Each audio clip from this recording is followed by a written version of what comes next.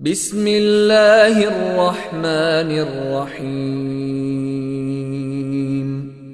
Qul huwallahu ahad, Allahus samad, lam yalid wa lam yulad, wa lam yakul lahu kufuwan ahad. Fa inna asdaqal hadits kitabullah wa khairul hadi hadi Muhammadin sallallahu alaihi wasallam wa syarrul umuri muhdatsatuha fa inna kulla muhdatsatin bid'ah wa kulla bid'atin dhalalah wa kulla dhalalatin finnar. Wa ni'matillah wa iyyakum, alhamdulillah. Malam ini kita akan melanjutkan kajian kita dalam kitab Ushul Sunnah. Kita masuki poin yang ke-14. Imam Ahmad berkata, wal imanu birru'yati yaumal qiyamati kama ruwiya 'an Nabi sallallahu alaihi wasallam min al-ahadits as-sihah. Beriman terhadap ru'yah atau melihat Allah Subhanahu wa taala pada hari kiamat sebagaimana hadis-hadis sahih yang diriwayatkan dari Nabi sallallahu alaihi wasallam. Kemudian di poin yang ke-15, Imam Ahmad berkata, wa anna Nabiy sallallahu alaihi wasallam qad ra'a rabbah, dan sesungguhnya Nabi sallallahu alaihi wasallam telah melihat Tuhannya.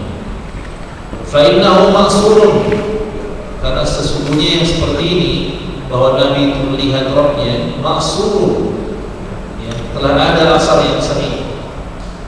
An Rasulullah sallallahu alaihi wasallam sahihun, ada asar yang sahih dari Nabi sallallahu alaihi wasallam seperti rawahu Qatadah an Ikrimah an Ibn Abbas, dari Qatadah Ikrimah dari Qatadah dari Ikrimah dan dari Ibn Abbas. Rawahu Hakam an Mu'abbad an Ikrimah an Ibn Abbas, begitu juga diriwayatkan dari jalur Hakam bin Abbad dari Ikrimah dari Ibn Abbas. Wa rawahu Ali bin Zaid an Yusuf ibn Mihran, begitu juga yang diriwayatkan dari Ali bin Zaid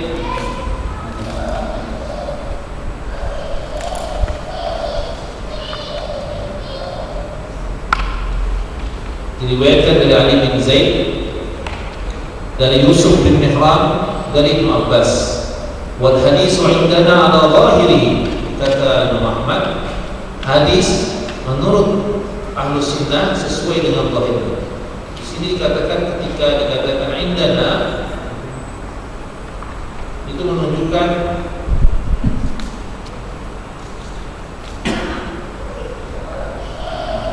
menurut ahlu sunnah wal jamaah, ya, menurut ahlu sunnah wal jamaah. Jadi menurut ahlu sunnah, hadis itu sesuai dengan zahirnya, tidak ditakwil, tidak ditaktim, ya. Dia harus diartikan dan dimaknai sesuai dengan makna zahirnya. Sampai ada dalil yang mengatakan itu dengan makna yang berbeda. Wa kama ja'ala Nabi sallallahu alaihi wasallam, sebagaimana yang telah datang dari Nabi sallallahu alaihi wasallam, wal kalamu fihi bid'ah, dan memperdebatkan tentang hal ini, memperdebatkan tentang hadis-hadis yang sahih, itu dikatakan bid'ah. Walakin nu'minu bihi kama ja'ala zahiri, kita diharuskan mengimaninya sebagaimana yang nampak dari makna zahirnya. Wala nunadilu fihi ahadan, dan tidak memperdebatkan tentangnya kepada siapapun juga. Tidak boleh kita memperdebatkan masalah hadis yang ada. Ini kita sudah menjelaskan permasalahan perdebatan pada pertemuan yang lalu. Di sini titik terangnya atau titik kajian yang ada pembahasannya yaitu tentang masalah ru'yah, masalah melihat Allah Subhanahu wa taala. Ini ru'yah, bukan ru'yah. Ada istilah ru'yah, ada istilah ru'yah. Nah, ru'yah ada masyhur kalau di kalangan fikih dikatakan ru'yatul hilal atau melihat hilal. Kalau di kalangan ahlul hadis, ru'yah itu maknanya Kebanyakan bahasannya tentang ru'yah atau melihat Allah Subhanahu wa taala. Ustaz kami yang Ustaz Abdullah Zain Hafizahullah, beliau membahas masalah ru'yah ini menjadi dua bagian. Pertama, melihat Allah pada hari kiamat, melihat Allah di dunia. Itu ada bahasa. Bahasan pertama melihat Allah pada hari kiamat. Bahasan yang kedua melihat Allah di dunia. Jadi masalah ru'yah ada pembahasan besar, melihat Allah di akhir hari kiamat, melihat Allah di hari dunia. Melihat Allah di hari kiamat terbagi lagi menjadi dua, bagi orang mukmin dan bagi orang kafir. Melihat Allah Subhanahu wa taala di akhirat ada tiga tempatnya. Bagaimana melihat Allah? Apakah Allah dapat terlihat di padang mahsyar? Apakah Allah dapat terlihat di surga? Apakah Allah Subhanahu wa taala dapat terlihat di neraka? Ada tiga. Jadi melihat Allah itu ada dua bahasannya. Pertama, melihat Allah di akhirat, melihat Allah di dunia. Melihat Allah di akhirat ada tiga macamnya. Karena akhirat nanti setelah ini, setelah bahasan ru'yah, kita akan bicara atau melakukan perjalanan ke negeri akhir. Mulai dari wafatnya kita, kubur, sampai masuknya penghuni surga ke dalam surga, sampai kejadian terakhir, yaitu disembelihnya kematian. Kita akan berkelana, berjalan-jalan menuju negeri akhir, sesuai dengan pemahaman Ahlus Sunnah wal Jamaah. Jadi dibagi dua tadi, difahami ya, ada dua bahasannya, melihat Allah di akhirat dan melihat Allah di dunia. Melihat Allah di akhirat ada tiga kesempatan, yaitu pertama di mahsyar, yang kedua di surga, yang ketiga di neraka. Ini masalah di akhirat. Kalau masalah di dunia terbagi lagi menjadi dua, manusia biasa dan Rasulullah SAW. Kemudian manusia biasa dapatkah melihat Allah Subhanahu wa taala dengan mata kepalanya, melihat Allah dengan di dalam mimpi, dan melihat Allah dengan mata hati. Kemudian bahasan melihat dunia, melihat Allah di dunia tentang Rasulullah SAW. Bagaimana Rasulullah SAW melihat Allah? Apakah beliau, ada yang mengatakan bahasannya ketika Mi'raj, naik ke Sidratul Muntaha. Kemudian melihat Rasulullah SAW, apakah melihat Allah langsung dengan matanya, ataukah Nabi SAW melihat Allah dengan mata batinnya?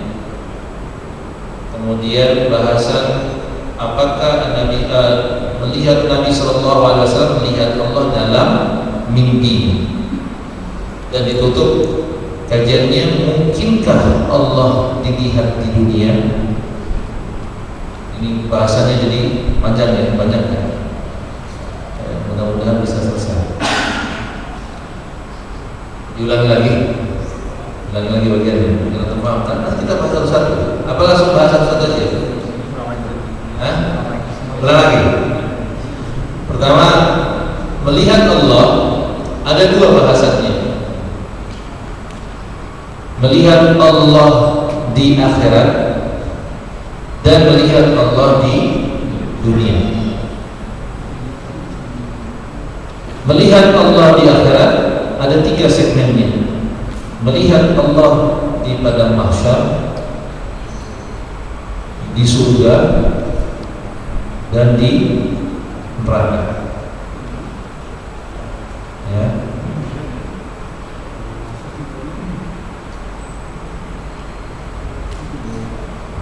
Bahasan melihat Allah di hari kiamat ada tiga segmennya. Di yaumul mahsyar, di surga, dan di neraka. Kemudian melihat Allah di dunia terbagi lagi menjadi dua, Rasulullah dan manusia biasa.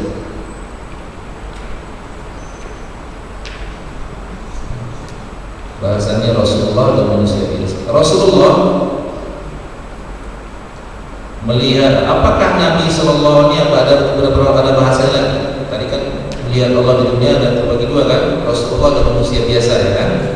Rasulullah bahasanya ada lagi, terbagi lagi. Apakah Nabi Sallallahu Alaihi Wasallam melihat Allah dengan mata kepalanya? Satu bahasa. Apakah Nabi Sallallahu Alaihi Wasallam melihat Allah dengan mata batinnya? Ya, mata batinnya. Kemudian, apakah Nabi Sallallahu Alaihi Wasallam sudah melihat Allah di dalam mimpinya? Ya, ini bahasanya. Kemudian yang keempat, apakah Nabi Sallallahu Alaihi Wasallam sudah melihat Allah tatkala dia sedang Mi'raj? Yang kita pahami kan Nabi Sallallahu Alaihi Wasallam Isra Mi'raj dia dari Mekah menuju Baitul Maqdis, Isra, kemudian Mi'raj ke atas langit 7 bertemu dengan Allah Subhanahu Wa Taala. Apakah Nabi Sallallahu Alaihi Wasallam bertemu dengan Allah? Enggak.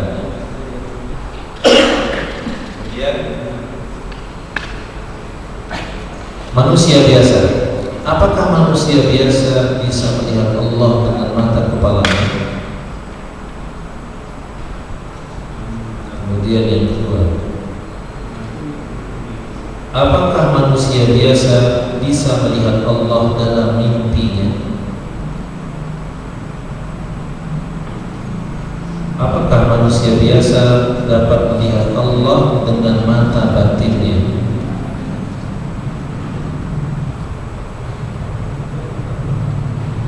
Lalu ditutup kajiannya dengan judul penutup, mungkinkah Allah dilihat di dunia? Ya. Ini masalah ru'yah. Di dalam ucapan Imam Ahmad ini yang poin ke-14, beliau mengatakan wal iman bir ru'yati yaumil qiyamah, beriman bahwa Allah Subhanahu wa taala dapat dilihat pada hari kiamat. Ini bahasa kita yang pertama. Seperti yang tadi kita katakan bahwa dapatkah melihat Allah pada hari kiamat? Ada beberapa 3 keadaan. Pertama, keadaan di padang mahsyar. Di padang mahsyar seperti yang dikatakan oleh Ibnu Qayyim al-Jauzi rahimahullahu taala, khilaf para ulama dalam hal ini tentang melihat Allah di padang mahsyar. Tentang siapa saja yang melihat Allah di padang mahsyar. Ada 3 pendapat utama melihat Allah di padang mahsyar. Pendapat pertama mengatakan bahwa Allah hanya dapat dilihat oleh orang-orang mukmin. Ini pendapat yang pertama. Selain dari mukmin dia nggak bisa melihat Allah di padang mahsyar. Ini pendapat pertama. Sedangkan pendapat yang kedua, Allah dapat dilihat oleh orang-orang mukmin dan orang-orang munafik, sedangkan orang kafir dan musyrikin tidak bisa melihat Allah pada mahsyar. Kemudian pendapat yang ketiga mengatakan bahwa Allah Subhanahu wa taala dapat dilihat oleh seluruh manusia di yaumil mahsyar. Mana kira-kira yang lebih kuat?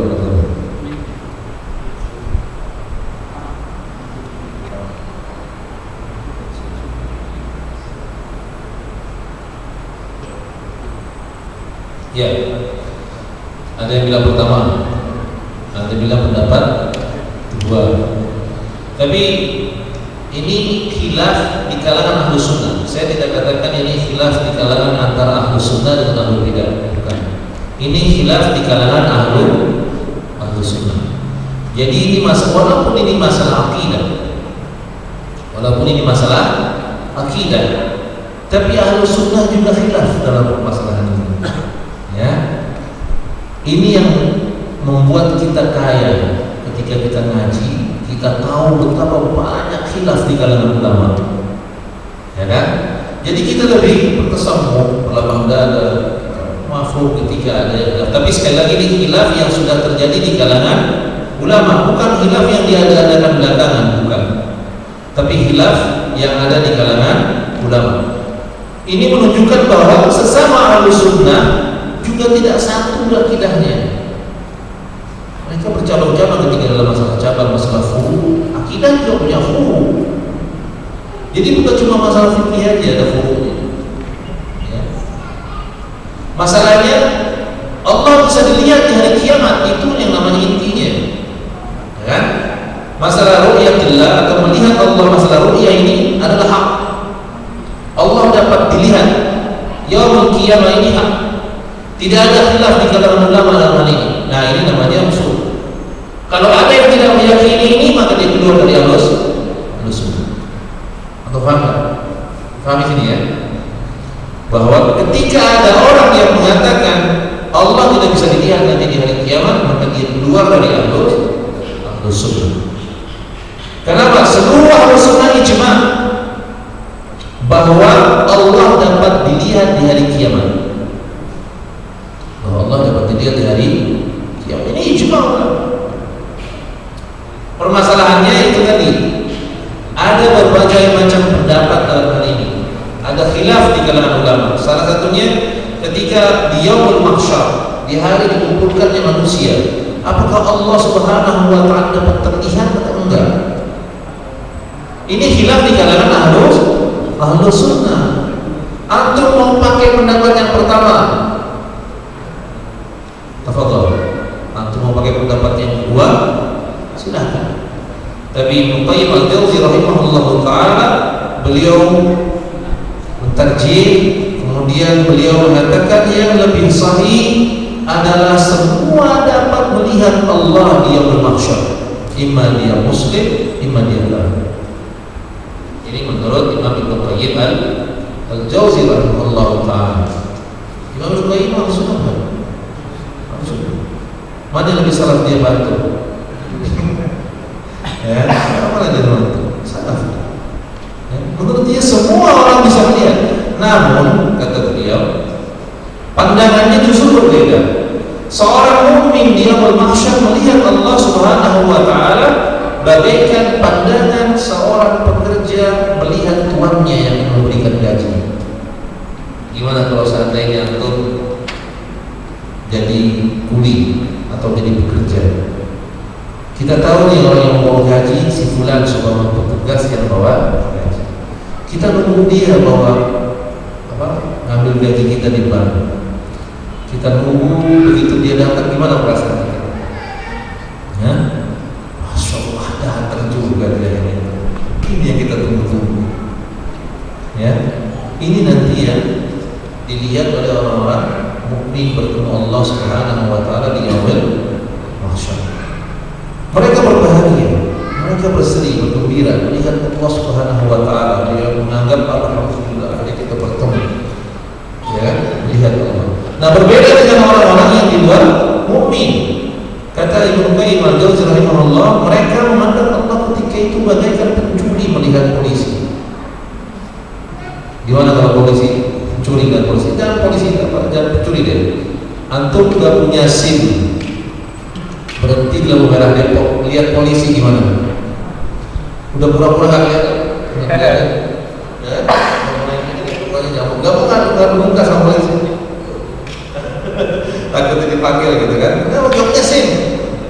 Ya, ya. Nah, begitu juga kondisi atau keadaan orang-orang yang tidak mukmin dia mahsyar. bertemu dengan Allah, tapi dalam kondisi yang penuh ketakutan dan kekhawatiran yang teramat sangat. Ya, sama seperti halnya pencuri melihat polisi. Ya, dia sudah lari, udah pagi, lagi makan nasi uduk. Polisi datang bukan menangkap dia, mau beli nasi uduk juga, tapi dia mikir pergi. Dia kenapa? Jangan-jangan ini, jangan pergi dia. Padahal polisi mau beli nasi uduk juga sama barang dia. Ini kondisi manusia di yaumul mahsyar. Selesai bahasa pertama. Jadi khilaf masalah ini kalangan ulama bahwa melihatnya seluruh mukmin atau seluruh manusia atau hanya mukmin saja atau mukmin dengan munafik saja, ya, atau seluruh manusia melihatnya. Ini khilaf di kalangan para ulama dan ini khilaf yang masyhur. Biasa-biasa saja. Jadi enggak menjadikan seseorang itu keluar dari ahlu sunnah.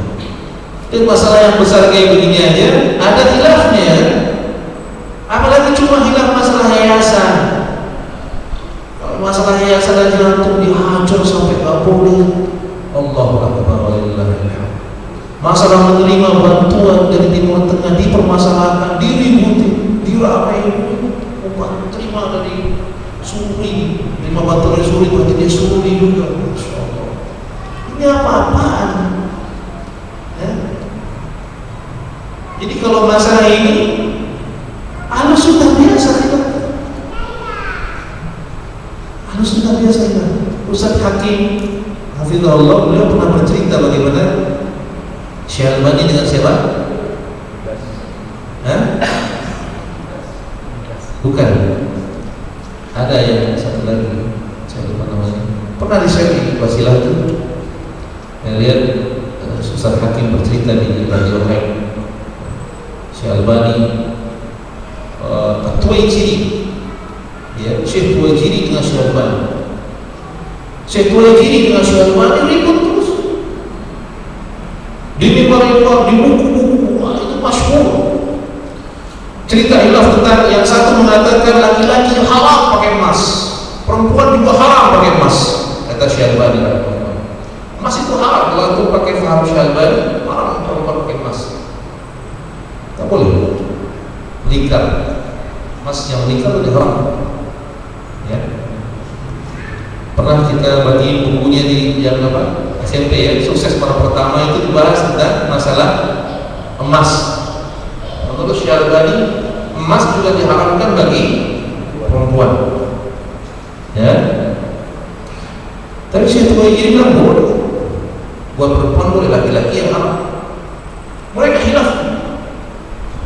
Dan hilafnya bukan hilaf yang kecil. Hilaf yang sangat tajam, sering sekali dibantah. Syekh Albani membantah, Syekh Tuwaijiri bantah lagi.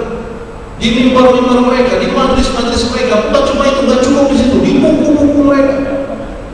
Tapi bantahan mereka bantahan ilmiah. Bantahan ilmiah. Sampai suatu saat Syekh Albani mengunjungi sahabatnya Syekh bin Baz. Rahimahullah. Mengunjungi Syekh bin Baz. Kemudian ketika dikabarkan Syekh bin Baz lagi duduk, kemudian dikabarkan bahwa ada Syekh Albani datang, beliau menyambut dengan gembira. Biasa kemudian Syekh Albani dudukkan di sebelahnya.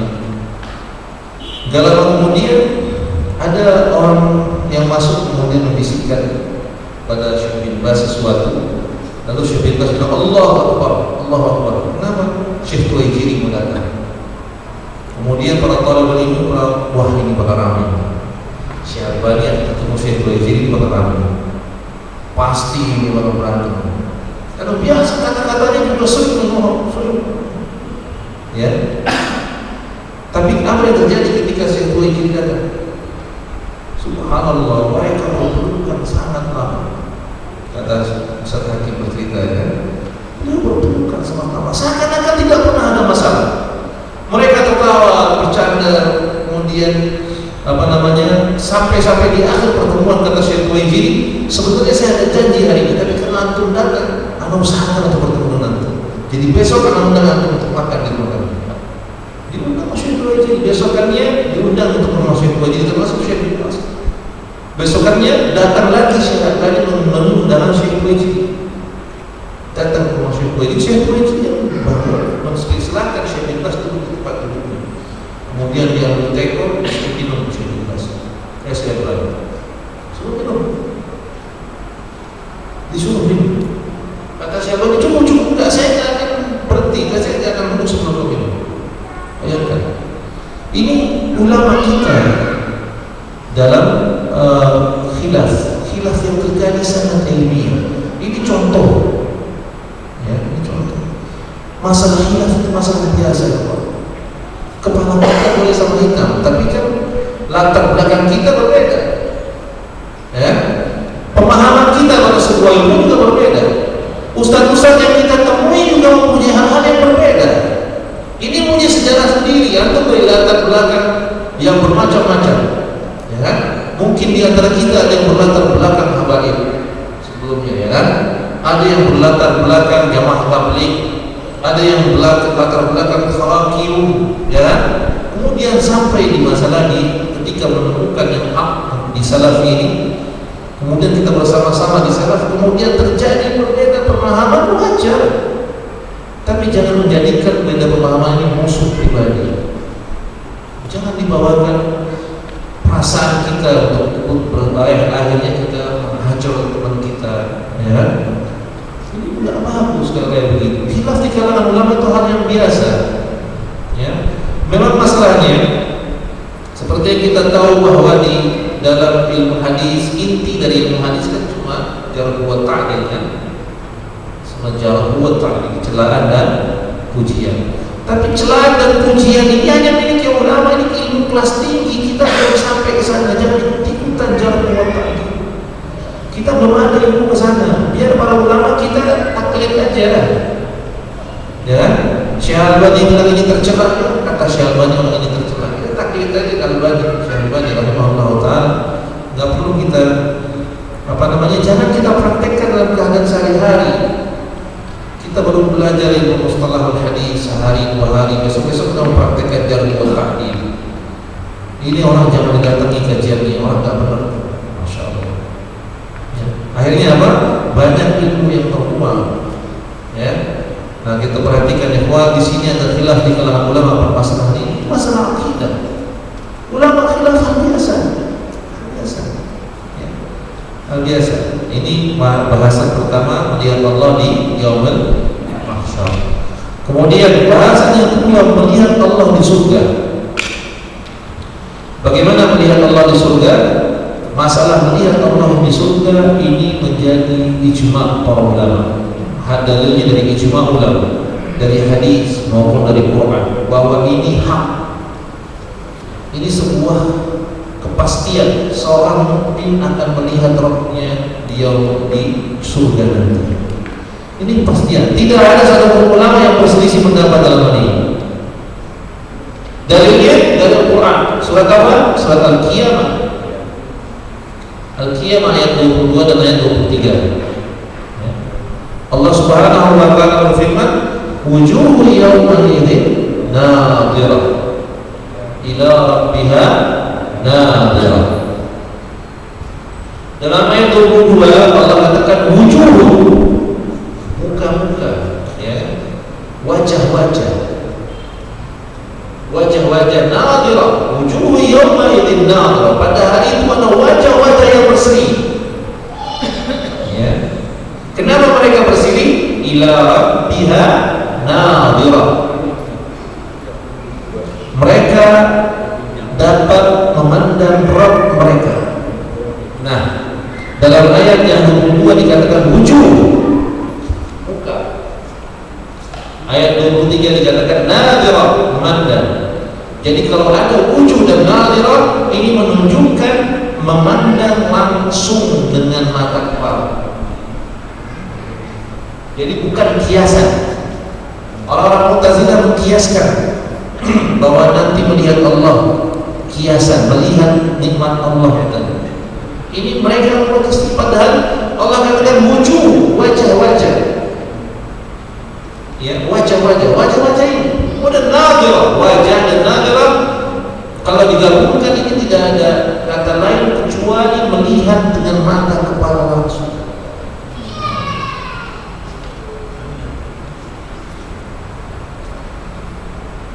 Bisa melihat Allah Subhanahu wa taala, ini adalah sebuah nikmat yang luar biasa.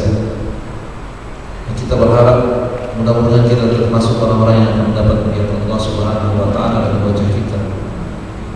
Wujuh yaumil idin nadhirah, berseri-seri pada hari itu.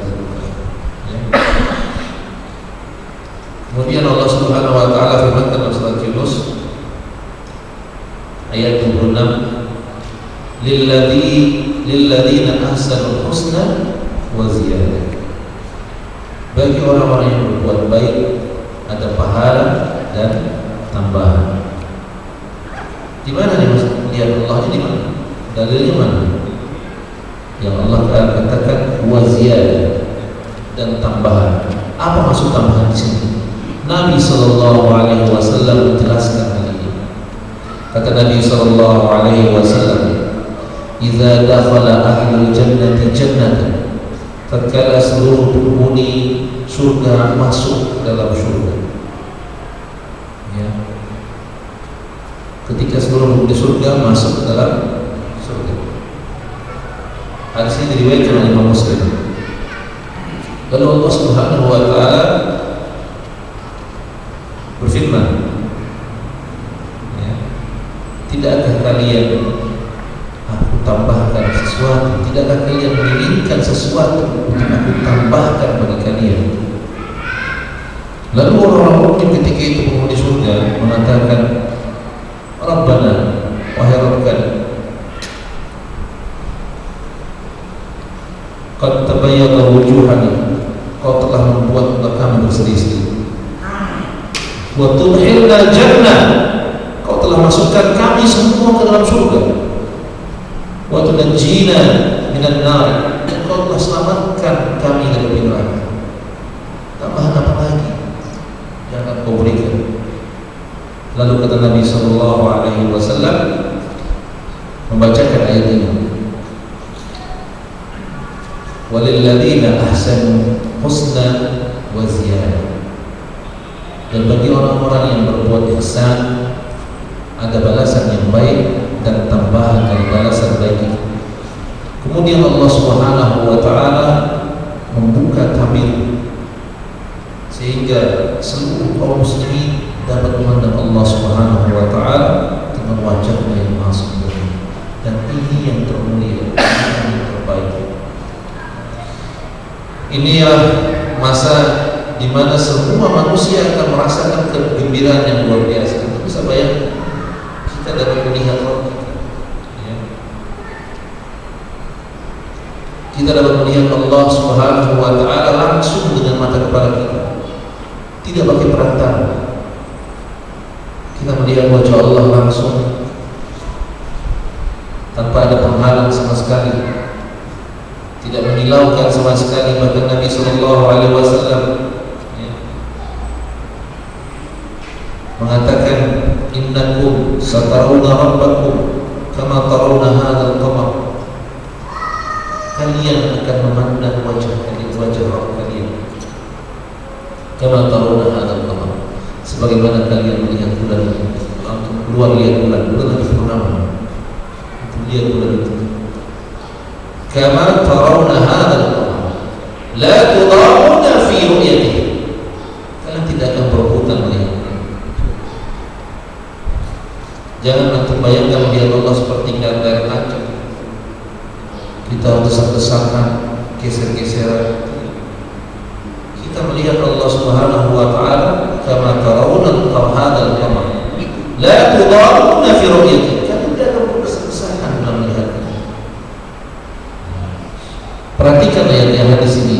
Dalam hadis ini Allah Subhanahu wa taala memberikan misal Nabi sallallahu alaihi wasallam memberikan misal melihat atau memberikan misal yang dilihat. Kata Nabi sallallahu alaihi wasallam, innakum satarawna rabbakum kama tarawna hadzal qamar la tudhammuna fi ru'yati. Kalian akan melihat Rabb kalian sebagaimana kalian melihat bulan. Kalian tidak akan berebutan melihatnya. Dalam hadis ini Nabi SAW memisalkan melihatnya atau memisalkan yang dilihat. Ulangi bahasanya. Kalian akan melihat Rabb kalian sebagaimana kalian melihat bulan. Nabi memisalkan melihatnya atau memisalkan yang dilihat. Misalkan melihat, bukan yang dilihat. Jadi bukan sebagian orang mengartikan kalau hadis ini mereka tolak, mereka katakan apa? Berarti Allah sama dengan bulan. Mustahil. Bukan. Nabi SAW tidak memisahkan Allah seperti bulan.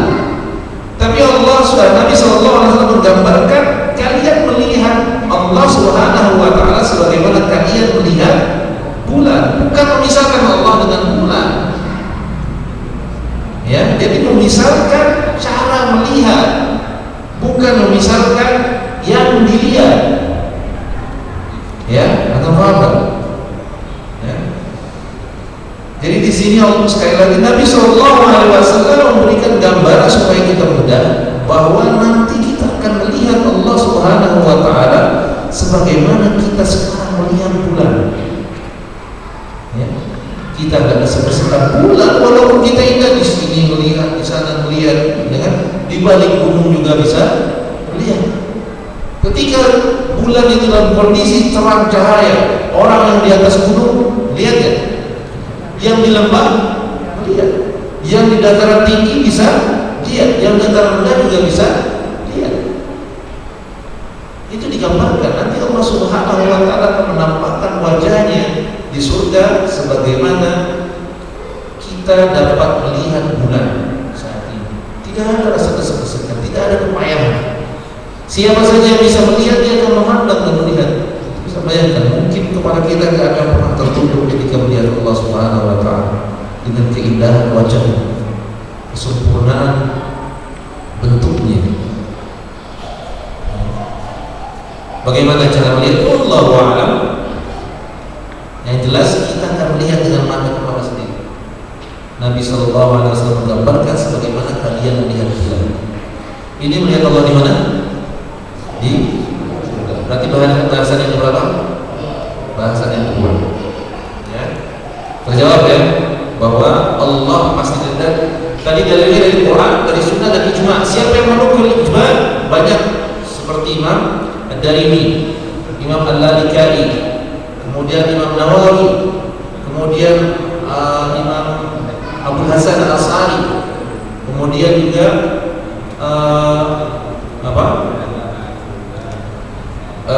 Syekhul Islam Ibnu Taimiyah rahimahullah. Mereka menukil ijma seluruh ulama tentang akan melihatnya mukminin di surga Allah Subhanahu wa Ta'ala dengan mata kepala sendiri. Tidak ada penghalang sama sekali, langsung melihat. Ini nikmat terbesar, nikmat terbesar. Dan ahli surga tidak, ketika mereka melihat Allah Subhanahu wa Ta'ala serta-merta semua kenikmatan di surga itu seakan-akan hilang. Tidak terbayang lagi bidadari yang cantik, tidak terbayang lagi sungai-sungai yang mengalir di bawahnya, tidak terbayang lagi yang kutufuha daniyah, buah-buahan yang mudah untuk dipetik. Tidak terbayang lagi rumah yang demikian indah dari permata. Tidak terbayang lagi debu za'faran yang berterbangan setiap hari di surga. Ya, kita mencium aroma yang indah dan sedap setiap hari di surga. Tapi ketika melihat Allah Subhanahu wa Ta'ala, seakan-akan nikmat yang lain itu hilang. Karena ini nikmat tertinggi, ini nikmat yang terbesar, ya, melihat wajah Allah Subhanahu wa Ta'ala. Nah, ini keadaan ini jauh berbeda dengan orang-orang kafir yang berada di neraka. Sedangkan orang kafir yang berada di neraka, mereka sama sekali tidak dapat melihat Allah Subhanahu wa Ta'ala. Mana dalilnya? Dalam surat Al-Mutaffifin buka surat Al-Mutaffifin ayat ke-15.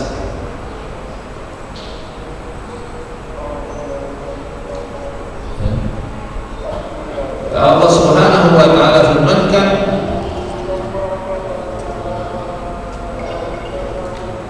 Allah Subhanahu wa taala firmankan dalam surat Al-Mutaffifin, kalla innahum an rabbihim yawma idzin lamahjubun.